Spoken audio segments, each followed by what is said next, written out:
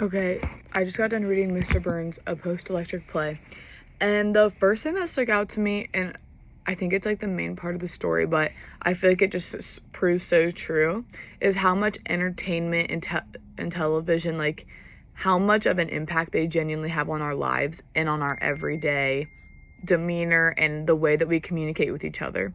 Like so many references that we use on a day-to-day basis come from entertainment and television. And I think that's really important because it's a big part of how we communicate. The first value that I found, and maybe this is a little strange, but honestly, like, I feel like comfort was a value because in Act 1, when the group of survivors are trying to tell, like, details of the episode that they, like, were referring back to, I feel like that honestly came from a place of comfort because they were trying to use that show as, like, kind of like a reference point of their lives.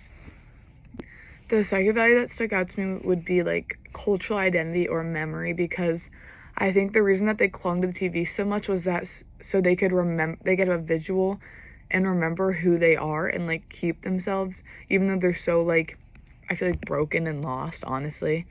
They have that to like remind them like who they really are, and that's really important.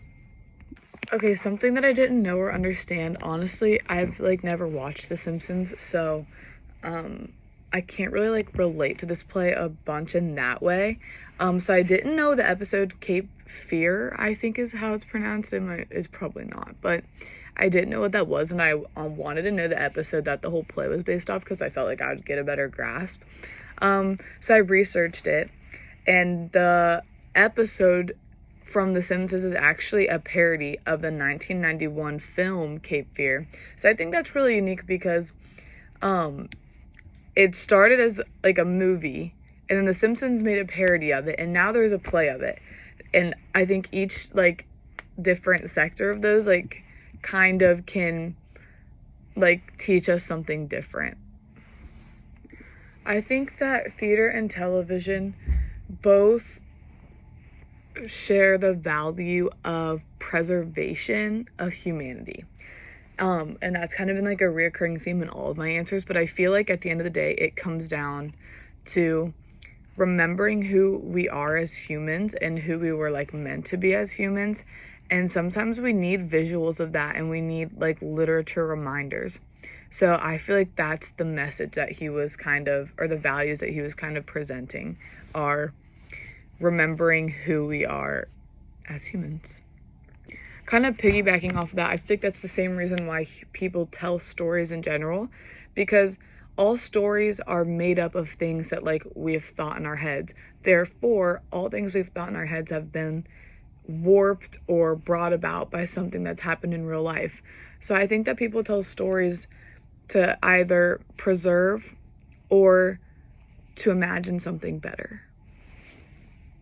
I also think that storytelling brings the characters in the play to life, because I feel like when you give them that much of like a scripted identity, that they really like something about those characters can be related to so many people in the audience.